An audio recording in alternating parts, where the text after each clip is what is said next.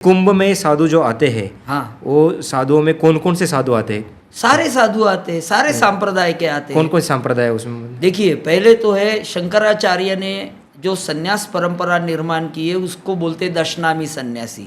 जी। वो आखिरी में गिरी, हाँ। पुरी, हाँ। सरस्वती, जी। भारती, जी। वन, हाँ। पर्वत, अरण्य, हाँ। तीर्थ, भारती, आनंद, ऐसे नाम रखता है। जी, उसको जी। बोलते दशनामी सन्यासी। हाँ। उसमें अलग अलग देवताओं के गुट है। हाँ। जैसे दो गुट प्रधान है, एक है निरंजनी हाँ। और एक है निर्वाणी। जी। अभी निरंजनियों में 5 भेद हो गए। हम्म। हाँ, जूना अखाड़े के देवता शिव जी है। शिव जी को मानने वाले सन्यासी जिन्होंने संसार को त्यागा है। जी। हाँ, हाँ। बहन, भाई, माँ, बाप, पत्नी, घर द्वार सबको त्यागा जी। और जो ईश्वर की राह आत्माराम को खोजने निकल गए, उनको जी। बोलते सन्यासी। जी। वो सन्यासी में कुछ वस्त्रधारी होते हैं, कुछ लंगोटी पहनने वाले होते हैं और कुछ ऐसे होते कि कर यही पात्र, जी।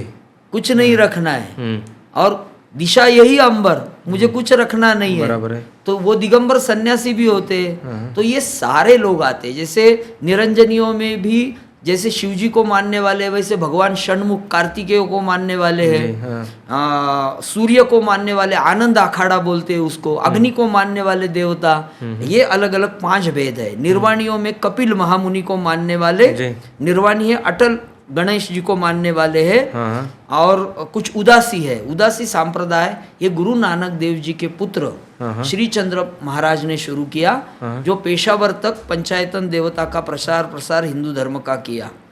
नागा साधु क्या होते हैं? दिगंबर साधु, दिगंबर नागा साधु। यानी वस्त्र नहीं पहनता है। अघोरी साधु नहीं, अघोरी अलग है। अघोरी क्या होते हैं? अघोरी यानी जो संसार के जो नियम आपने अभी स्थापित किए हैं उसको नहीं मानता है, उसके खुद बनाए हुए नियम है, परंपरा से चले आ रहे हैं, उसी नियम के ऊपर वो रहता है। आप घर में रहते, वो शमशान में रहता है। आप शमशान से आते तो स्नान करते, वो किसको बुरा नहीं बोलता है। उसके लिए कोई बुरा नहीं, कोई अच्छा नहीं।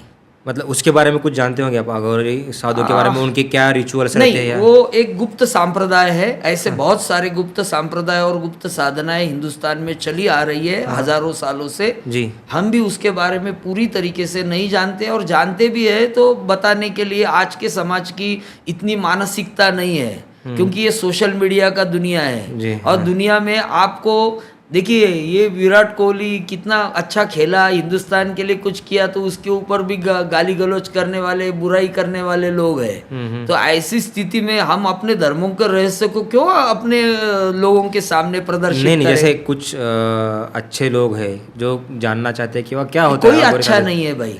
अघोरी को जो जानना चाहता है वो अच्छा नहीं होता है, उसकी खाली क्यूरियोसिटी होती है। खुद अघोरी बन के देखो, कुछ ऐसा होता है, वो खाली इंफॉर्मेशन। आप विज्ञान युग में है, लेकिन सारी बातें विज्ञान नहीं समझता है। विज्ञान के परे भी कुछ अनुभूतियां होती है। तो आपको उसको जानना है तो आप उनकी तरह बर्ताव करके देखो, उनके साथ रहो, आपको भी वो ज्ञान प्राप्त हो जाएगा। ये उसका यही मार्ग है। अगर आप मीठा नहीं बता सकते हो कि ये कैसा है, तो आपको मिठाई चखना पड़ेगा। तो अघोरी के बारे में अगर जानना है, उसको अघोरी के साथ रहना पड़ेगा। और अघोरी अच्छा है कि बुरा है, वो उसने खुद ने सोचना पड़ेगा। वो बुरा है ऐसा मैं नहीं मानता, वो भी एक साधना का पथ है, और वो बड़ा प्राचीन है, और वो बड़ा अच्छा है। मैं तो कहता हूँ कि जितना संसारी लोगों के अंदर काम, क्रोध, मद, मोह, मत्सर होता है ना, उससे परे गया है अघोरी। अघोरी इतना निर्मल, विमल कोई नहीं है। वो आपके बुराई को भी अच्छा ही समझता है, वो भी वो शक्ति समझता है। हाँ, और वो आपके बुराइयों को भी गले लगाता है और आपको भी गले लगाता है। तो अघोरी हमेशा बुरा नहीं होता है।